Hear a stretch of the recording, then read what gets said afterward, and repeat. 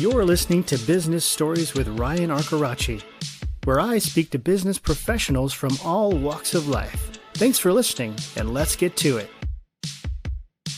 Hey, everybody. Welcome back to another episode. This week, I've been talking to a lot of innovative people in the home service world, and today's guests are in that world too. They're innovating the idea of insulation, home insulation.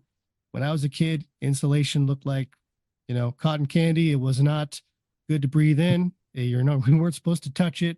I never followed those rules, of course, as a 12-year-old, but here I am today. We're going to talk to Chris Ryan, founder, and Kevin Longe, CEO of Spray Foam Genie. We're going to talk about this innovative concept with insulation. So thank you guys for being here. Thanks for having us. We're very excited, Ryan. Thanks for having us on. Yeah. Yes, sir. So tell us, guys, how did this whole thing get started? Tell us the backstory here. Sure. So I kind of grew up in the franchising industry. My dad, Greg's been in the franchising industry for a little over 40 years, and he hates when I say 40 because it dates him a little bit, makes him feel old. But Right. I always like to remind him, those are the facts. Right. But so I grew up in franchising, and after I got out of college, I got into the corporate America world. I was in the packaging industry for about 10 years and got that same itch that my dad had, I think, of being an entrepreneur and owning something for myself and those types of things. And so started a consulting business for a couple of years and throughout that and working with different clients and things like that. I met a guy who was from Montgomery, Alabama, and he did a lot of overseas travel and some things like that. And he kept talking to me about spray foam insulation and spray foam. We were really focused on the chemicals at the time and doing some consulting projects with some of those different companies. And he kept telling me about these twin brothers that were down in Tuscaloosa, Chris and Keith, who had this amazing spray foam insulation business in terms of the way that they apply foam. And they were spray foam applicators, which was a little bit different than what I had known. And so he kept asking me, he asked me maybe two or three times, have you called my buddy Chris yet? And I said, you know what? We were just walking out of a manufacturing site. And I remember it like it was yesterday. I was in Cleveland, Tennessee, and I was on my way to the Chattanooga airport, which ironically enough, found out later that was one of Chris's locations. But on the way to the airport, I called Chris and he started telling me about spray foam insulation and everything that him and his brother had put together with their system. And he starts telling me about the software system and the equipment that they use, how it's better than it's a superior product. It's a Lamborghini versus the Pinto of all the rest of the competition that's out there in the landscape. And I was so fired up just listening to him tell me his story about how they put everything together. I said, I got to get on a plane and I got to come down to Tuscaloosa and meet you guys. And it's exactly what I did. It was probably a week or two later, headed down there, and Chris picked me up from the airport or from the hotel and took me right out to a job site. And that's where I met his brother, Keith. And Keith just went right into a spiel about how we take care of the customer. And this is what makes us different. And we're audited by the third party company on every single job that we do to prove to the customer that we do the job right. And starts telling me about how inspectors love the way that they do things, general contractors, home builders. And then Chris starts telling me about this software that he created with his mom, actually, and the different formulations they did on how to figure chemicals and make it easy for people coming into the industry to use his system and things like that. And all of a sudden, after talking to him for a couple of weeks after that, the light bulb kind of went off that, this might be a franchise. And I think we could franchise this thing and take it national and start putting things together. And so the next visit was I brought my dad down to Tuscaloosa, introduced him to Chris and Keith, and we got to work. This was probably early 2022 or maybe even late 21. We started putting everything together. We finally launched the business in December of 22. And that first year in 2023, we sold 70 locations, which really equates to about 350 franchise territories. And ever since then, we've just had a great clip. We got about 50 opened right now. We got another 25 to get opened here in the next couple of months. But just continuing to have a great run with Spray Foam Genie. It's the best thing I've ever been a part of, and just getting to know Chris and Keith has been just a true blessing in disguise as well. They're pretty much my brothers at this point. But that's a little bit on my story of how Spray Foam Genie came together. Chris, if you want to share your side of the story as well, and what you and Keith did to kind of get it to the point where it was when we first met. Yeah. Yeah. Me and my brother had been in we've been in construction now for 26 years. At 20 years old, we got in business for ourselves and got into electrical and painting and got into building homes, got into remodeling homes. 17 years ago, the spray foam industry was just really, getting started in the marketplace it really probably got in some other areas quicker than it got in Alabama, but come into Alabama by just one of our a local guy. It was one of our buddies working on a little energy project. Finished it up. Didn't have really nothing to do with the didn't want to have anything to do with the business. It was just working on a little project. Knew me and my brother were in a ton of new construction and remodeling and stuff that we could probably push this out to customers. That's what kind of got us in looking at the spray foam business at that time. There was knew it was kind of a niche business, so we got excited about it and got in there and started working the business. Very slow the first year because, like I said, it was very new to the location. Everybody was just so used to traditional insulation at that time, but got in it, worked it, found that it was a good and rewarding business, very positive. I mean, one thing about spray foam insulation, it's instant gratification. When you go into a customer's home and they've been living in that home for any period of time, the one thing that they do know is that power bill is coming every month, and that when it's really hot outside in that unit, they're sitting at 72 and it's staying at 78, and just constantly running, that with spray foam insulation, we can fix that. And so we can fix that immediately. Spray foam insulation is not something you do that you just wonder, man, is this stuff working? I mean, once we encapsulate a home, by the time we get it fully encapsulated, I mean, by that night, you're gonna be able to tell the difference. And so customers picked up on that and was just like calling us after we left the project. Just, man, I can't believe what this has done to my power bill. I can't believe how comfortable the home is, and that, man, I put that thing on 72 and it got to 72 and then it shut off. Because they've been so used to traditional insulation where they just, you just think that's the norm, that, hey, it's just so hot outside, that unit's going to run and it's not going to get down to the temperature I need it to until after hours. Right. And so we really love that part of the business. With any business that's new, you're learning that business. And as we grew the business, we found that there had to be better ways. And when I say better ways, it's really how the chemical is being mixed. One thing I'll share on this call is that the spray foam industry is not regulated. Anybody can jump into this business.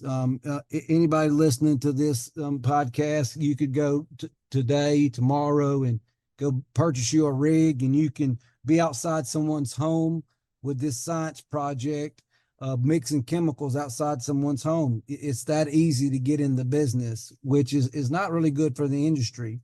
As we grew our business, we got tied in with a company that had some equipment that really focused on how the product was being mixed. And at the time when you get in the business, you really don't know no different. You're just doing what everybody else is doing because that's what you do when you get into a business. But as we learned really the science and what really was going on in the industry and how easy it was for people to get into it, you realize that when you realize there's a right way to do it, you can't go backwards. So when we met this company for this equipment, that was more computerized what we were doing, but really was focused on the ratio mix, to how these two chemicals were mixed together and what you was putting in someone's home, that really with the other equipment, we couldn't really prove how it was being mixed, which is really not a good thing. You pay for a product, you want to make sure you're paying for a product that you think, I'm spending this much money, I'm getting the best of the best, because spray foam for insulation is the best of the best.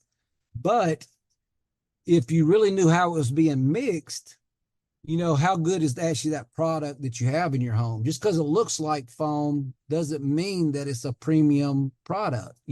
So we Right. really realized that, hey, we could prove how this stuff was being mixed. We could prove the ratio mix of this product with this company. It was a game changer for us.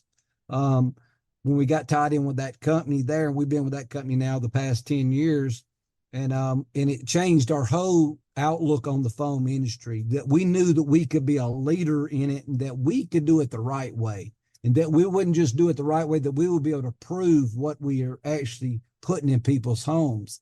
So it definitely set us apart in our marketplace. So we grew our business, and like Kevin said, I wanted to be able to grow the business, so I knew I had to do some things and maybe create a way that I could bring people into the business without really having to get into teaching them how to figure chemicals and all that. So we developed that Excel sheet, which wound up turning into our software that we use today for our business, which really sets us apart from bringing guys into the business.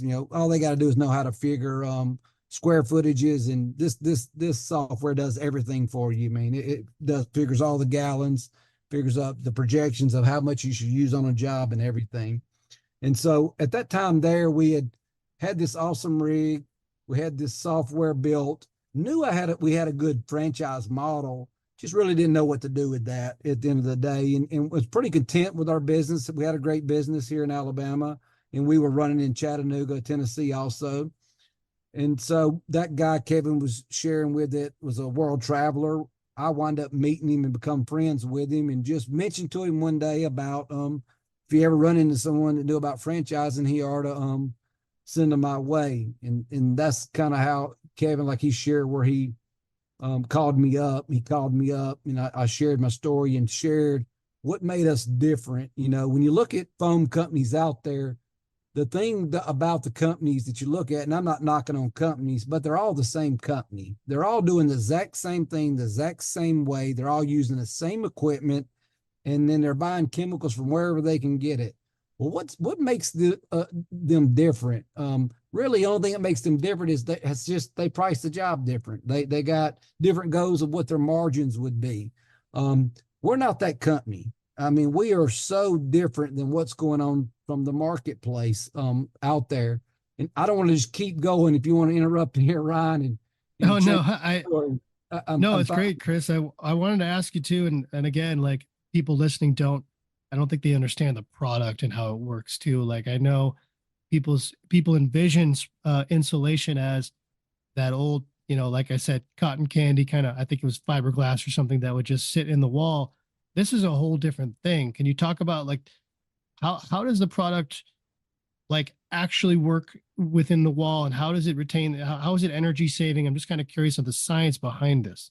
Yep. Let me kind of first tell you, so you can get your mind wrapped around, like, when you think about fiberglass, you just think about a product you go buy from Lowe's or Right. somewhere, and you get it. Spray foam comes in. Well, I'll break it down like this. Pretty much, spray foam is the same stuff that's in the little cans that you get from Lowe's that you put around the windows and doors. But on a Okay. big scale in that trailer, that's pretty much like a little manufacturing plant out there. So what's happening with that? We got two 55-gallon drums. To make that make sense, it's kind of like epoxy. You got two parts. You got a resin, you got a hardener side. Mhm. Foam is the same way. We got two 55-gallon drums. These two products are mixed together, and they need to be mixed 1-to-1. That means we need to get an equal mix of both the products hitting together. When these products are pushed together, they react and create a foam.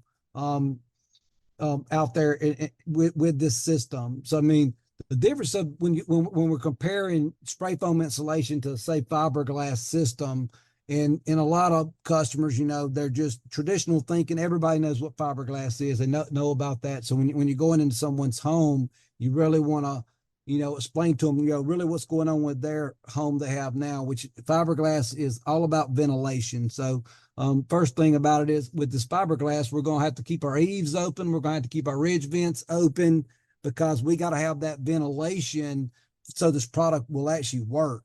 Mhm. During the summertime, it gets so hot. If you don't have some kind of ventilation getting that heat out of there, that insulation is not going to be strong enough. So it's fiberglass is all about ventilation. Spray foam insulation is all about encapsulation. So what I'm going to do now in your attic, I'm going to come in there. I'm going to close those eaves off. I'm going to close the ridge vent off, and I'm going to encapsulate that area. So now that when my heating and cooling cuts on, I'm gonna control the air that's in my attic. So right now in a traditional system, the attic is always going to be the temperature of what the outside temperature is, or it's going to be hotter on the outside temperature. And so what is, I'm going to control that temperature in my attic once I encapsulate it. I'm gonna bring that into the envelope of the home, so that when my heating and cooling cuts on, I actually want to pull that air from the attic. I want to condition it and put it back out. Thing about it is, once I condition it, I don't got to repeat that process, because now I'm encapsulated. If I'm fiberglass, I got to repeat that process just over and over and over, because I'm constantly bringing unconditioned air into my home, and it's going through my unit, dehumidifying it, putting it back out as conditioned air. But then I got to repeat that process, because I can't overcome what's going on in my attic. It's my biggest hole of outside air that's being drawn back into my home. So that's why the unit's just running. But if we can encapsulate that, now we can control what's in our envelope, which is going to make the unit get to the temperature, shut off, and maintain that temperature so that it drives our power bill down. And so just two completely different systems in the way they work. But I'll say this, the foam insulation is definitely more expensive, probably double the price of most time of fiberglass. But it's the only insulation you're going to put in that will pay you back. You will receive a return on that. In most cases, it's a 3 to 3.5 year max turnaround, and in some cases, it's quicker than that, a year and a half. We've seen some homes we've been able to save 50% on that power bill. Average is 30% on the power bill. So the insulation will pay you back. It's not something you're going to put in. You're going to say, "Man, I sure hate we done that." It's going to be one of the things you're going to always, when you get that power bill, say, "Man, thank God we went ahead and got energy efficient in our attic," and stuff. And so, what about? So I'm going to ask you too, Chris, about pests. I think I read a little bit about this, and in some ways it can help with pest control. As far as mosquitoes and bugs getting in, is that still something that it helps with, or 100%? Think about it like this: when I said fiberglass is all about ventilation, that means I've got all these holes in my attic for air to travel through. Well, if air can travel through it, that means a rodent can easily travel through there and get into your attic. And that's what happens most times. Squirrels, rats, raccoons, they get in there, then they get into that fiberglass insulation that's in there, and they make nests out of that. When I foam it up, I'm actually going to seal it. I'm going to seal every air hole up. I want to get that area encapsulated, which is going to make it, not saying that a rodent couldn't get through it. And I've only ever seen in one case that a raccoon dug through some open cell, but that's about the only time I've ever heard of that happening. Most of the time, it's going to keep the rodents out of there for sure. Right. I want to ask you too. So I understand there's a open cell, and you said an open cell and a closed cell foam. What does that mean exactly? All right, let me explain that to you.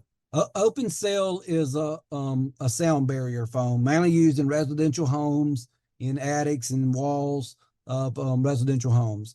Closed cells are moisture barrier foam, mainly used when, like, say, you're going against metal structures where you would have anything sweating and in crawl spaces. You can think of it like this: if it's anything to do with moistures involved, it's going to be closed cell. Most people would say, "Well, man, I hear that the closed cell's better. It's the best." It's from an insulation standpoint, it's not a better insulation. It's just made for two different applications. From an insulation standpoint, yes, the closed cells are more denser product, so you can spray it the thickness a lot less, inches of it, compared to the open cell. But we spray the open cell to compare with that R value of, so to say, on the product. So from an insulation standpoint, neither one of them is going to outperform the other one in an insulation standpoint. They're really just made for two different applications: sound barrier, moisture barrier, to answer that question there. When you say sound barrier, let's say it's a duplex or, I guess a multiple unit dwelling, is it also for privacy too? I mean, because we've all been there where you're in a house and you can hear someone in the other room or the other section or whatever. Is that also is it a purpose for that too?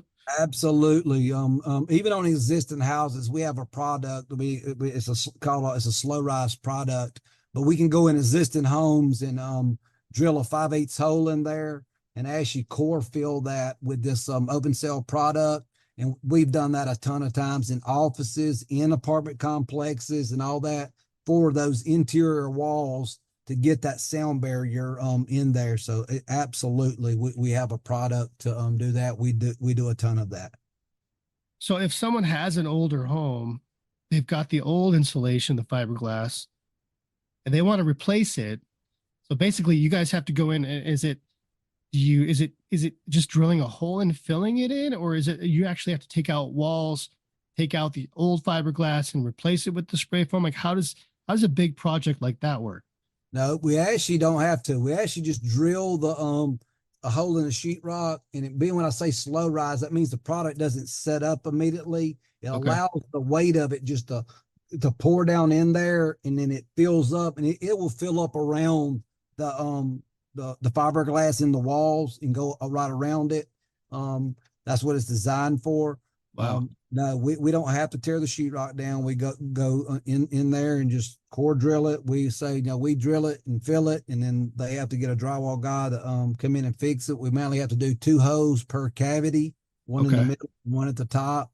But yes, we can do existing homes without taking the sheetrock down whatsoever. So let's talk about the franchise side of it. You guys are growing quickly.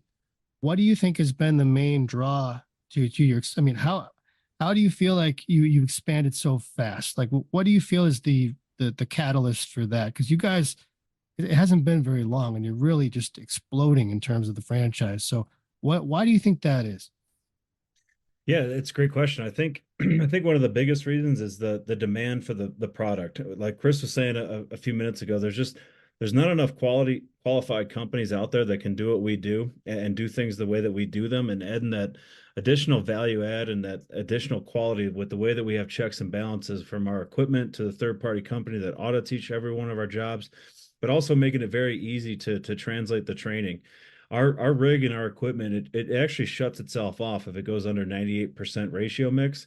So that really prevents us from ever spraying bad foam. So it makes it very easy for someone that maybe doesn't come from the industry to jump into an industry like this and having the blueprint that Chris and Keith developed and allowing franchisees and salespeople and technicians to follow those blueprints and follow them the closest they can.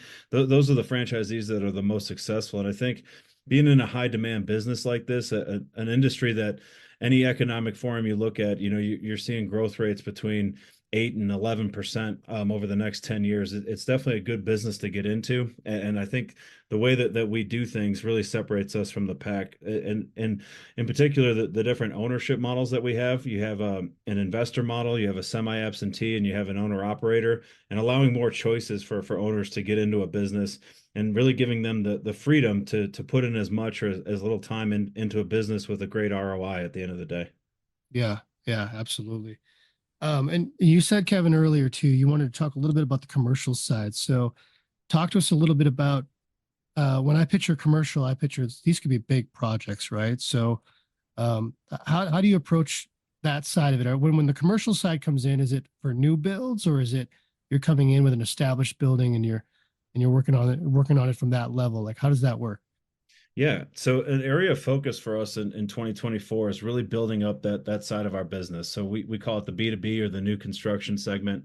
And it's really any type of structure. So we network with various different general contractors, both national and regional, to get bids for our franchisees through that path.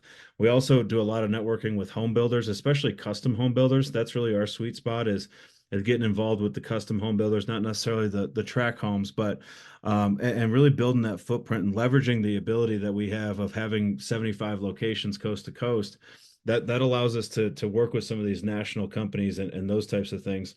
But to answer your question, yeah, it's really any type of structure that would require spray foam. And Chris, if you want to talk about in your past some of the examples of some buildings you've done, I know you've done gas stations, high rises, restaurants, dormitories, multifamily living, all that kind of stuff as well. Yes, we done ton of commercial buildings from schools to dorms, hotels, guesses you named it. We've done it.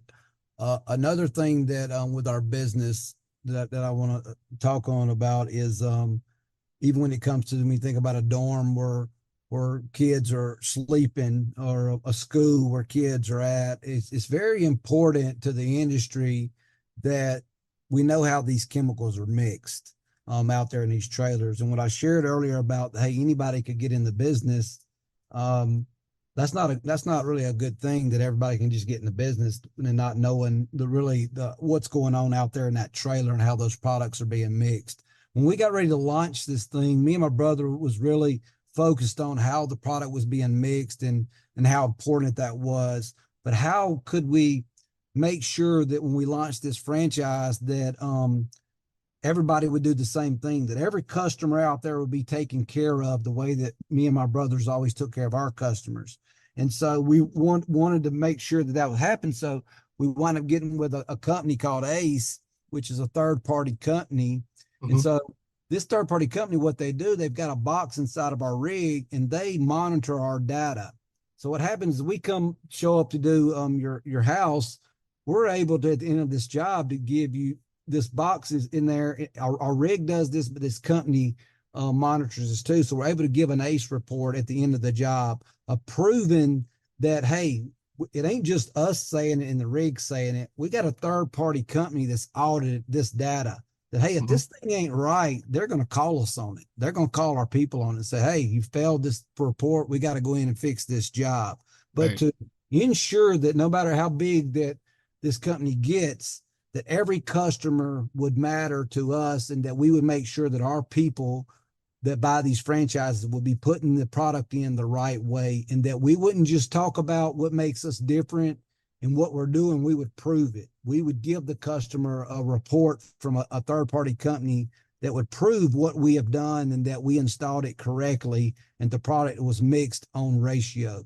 This is something you won't find out there in the marketplace. You won't call one company out there that would even take a chance of having a third-party company monitor your data and could tell you that, hey, it's not right. You gotta tear it out, Right. And that's taking a big chance and a lot of trust, but that's how much we trust our equipment that in the company that we're tied to, that we know that equipment is set up so that we're not going to spray off ratio. But a lot when you're selling to a customer, you don't want to just give them your word for it. You want to say, hey, I got a third party that has nothing to do with us and is not, favoring us by no at all. We actually have to pay them to do these reports for us. But that's how important it is for us here at Spray Foam Genie to make sure that every customer gets a quality job, but not just by the eye test. The eye test just says, hey, that's foam in my attic. I've got foam in my walls. That we would back up what's the inside of that product look like? If we tore it apart and really got to the science of the product, how well is that product made? Because if that ratio is 99.9 and above, well, I mean, we have created the best product that could be put into your home.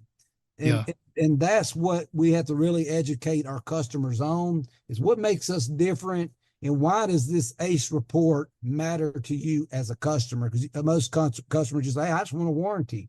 Well, everybody knows that warranties are written in a way that there's always an out on a warranty for whoever's warranting that product. It's just like your roof warranty. I mean, it seems like there's always something that comes up when it's time to, hey, you got to pay for this roof. It's always something in there that happens of reason they don't have to pay for it. Right. But not with this case. I mean, this is better than a warranty on the product, because we're going to actually prove that, hey, it was put in correctly. And if we can prove that it's installed correctly, then the manufacturer has to stand behind it. They made the product. But so that's very crucial, that when you're having this put in, is that a warranty is really not good enough. You got to know, hey, how was it mixed? If the company can't prove how the product was mixed, and this can't be something that you just write down on a piece of paper and give a customer, because if you can write it down, that means it could be manipulated. Right. Um, we have no control over that data. When our gun, that trigger's being pulled, that data is being sent straight to this company. So we have no control over it. But that's how much we care about the industry and care about what we're putting in customers' homes. And it's not a regulated market. If it ever did become regulated, we already regulated ourselves. So we are like, bring the regulations on, because we're ready. We can prove what we're doing. And that's, one of the things from a customer standpoint, that's what makes us different. I mean, that's the things you won't find out there in the marketplace. And anybody that listens to this, you can fact check this. Call a company today, have them come out, give you a price, and then really ask them, hey, do you know how this stuff's being mixed? I know this is two products that's going through this rig and you're spraying it. Can you prove how the product's being mixed? And then you see the answers that you get. Most of the time you'll get an answer like, hey, I've been doing this X amount of years. I know what I'm doing. I've never done a bad job. But but how do you know? How do you prove how these gallons are being put together? If this is supposed to be 1-to-1, how are you proving that? Yeah. And you'll see that, hey, nobody can prove it. They can't prove what they're doing. And you're not going to find one company that's even gauzy enough to say, oh, I'll let a third party company monitor my data, because man, the odds of them passing that would be, I mean, it'd be very tough for them to pass that ratio mix inspection there, for sure, with most of the equipment that's out there. I could tell you that's fantastic, because I feel like not enough home service professionals hold themselves accountable, and you guys take holding yourselves accountable to the next level. So, and that speaks volumes in terms of trust and credibility. So that's awesome, guys. I want to ask you too, Chris or Kevin, like, any particular stories that stand out of customers, or whether it's commercial or residential, that really stood out to you, and just where you really saw a difference for that particular person? Anything you can share there? Man, I was going to say, go ahead, Craig. I have so many stories. I mean, over the years, I mean, when I said the reason me and my brother, with all the construction background we have and all the things we've done, from building homes to remodeling high rises, there's nothing been more rewarding than this foam business. Because you never run into a customer that you hadn't done a job for that doesn't bring it up. Every single time brings it up about the savings on their power bill, how comfortable the home is. And that I'll tell you a story on this. I had a guy that was building a barn dome, and that I talked to about doing the job for him. And I said, man, there's no way you're going to want to do this with traditional insulation. I mean, your power bill is gonna be sky high. But somehow he talked himself out of going with the foam and got moved into that home, and his power bill was around $900 to $1,000. Called me, said, man, I made a terrible decision. Man, is there anything, man, you think you could do to help me? And I said, you ain't gonna like what I have to say, but man, I can fix it for you. You're gonna have to pull the metal off and let me spray it from the outside, and we'll do a wall at a time to get this thing encapsulated. And if you're willing to do that, man, I'll fix it for you. And we done it. And when we got through with it, I mean, we fixed it. I mean, that guy's never had a power bill over $200. Wow.